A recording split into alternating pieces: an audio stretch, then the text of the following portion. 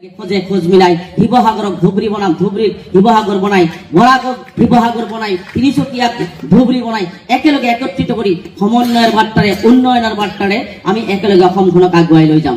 গতিকে এইখিনি কথা কৈ ইয়াৰ পিঠি কিন্তু আমি বহল কৰিম, এইটো স্পষ্ট কথা।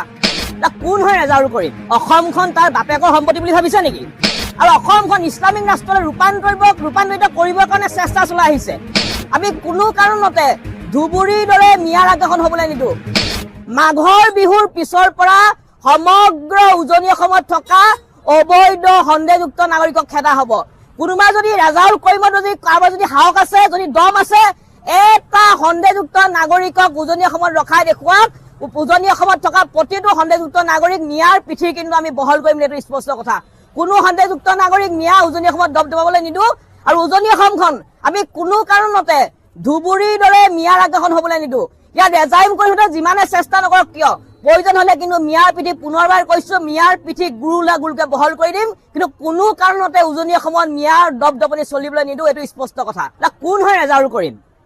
অসমখন তাৰ বাপেকৰ সম্পত্তি বুলি ভাবিছে নেকি?